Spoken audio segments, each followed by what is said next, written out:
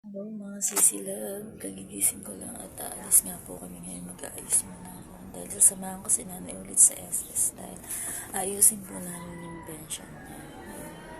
May na lang po guys. Yan na mga pretty sisilab, paalis na ako dahil nakaayos na ako. Sasamahan muna natin si nanay. Mamaya na lang ulit. See ya!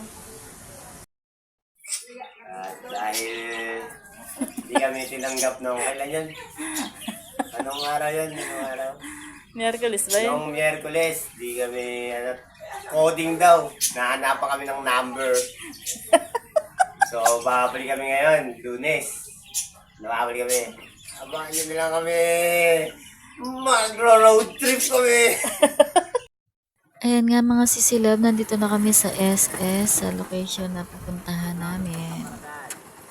Dahil nga kailangan ng Xerox copy ng ID ni Madir, kaya pumili na ako dito sa Xerox copy. Ayan ang pensyonado.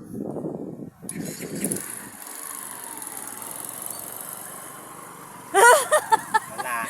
Ang galing ah! Ang pensyonado! Kayosi-yosi lang oh. Sarap buhay! Tulog si Pedro. Gugulatin natin ulit sila. Ayan na naman natutulog. Hindi na naman natulog sa kanila. Pinabayaan ng ina. Ano, tara na? Gugulatin ko. Nauna pang nagising. Kung maalis ka ba, di sino makakasama ko? Eh di sila ano. Sino? Nasiraan na naman kami.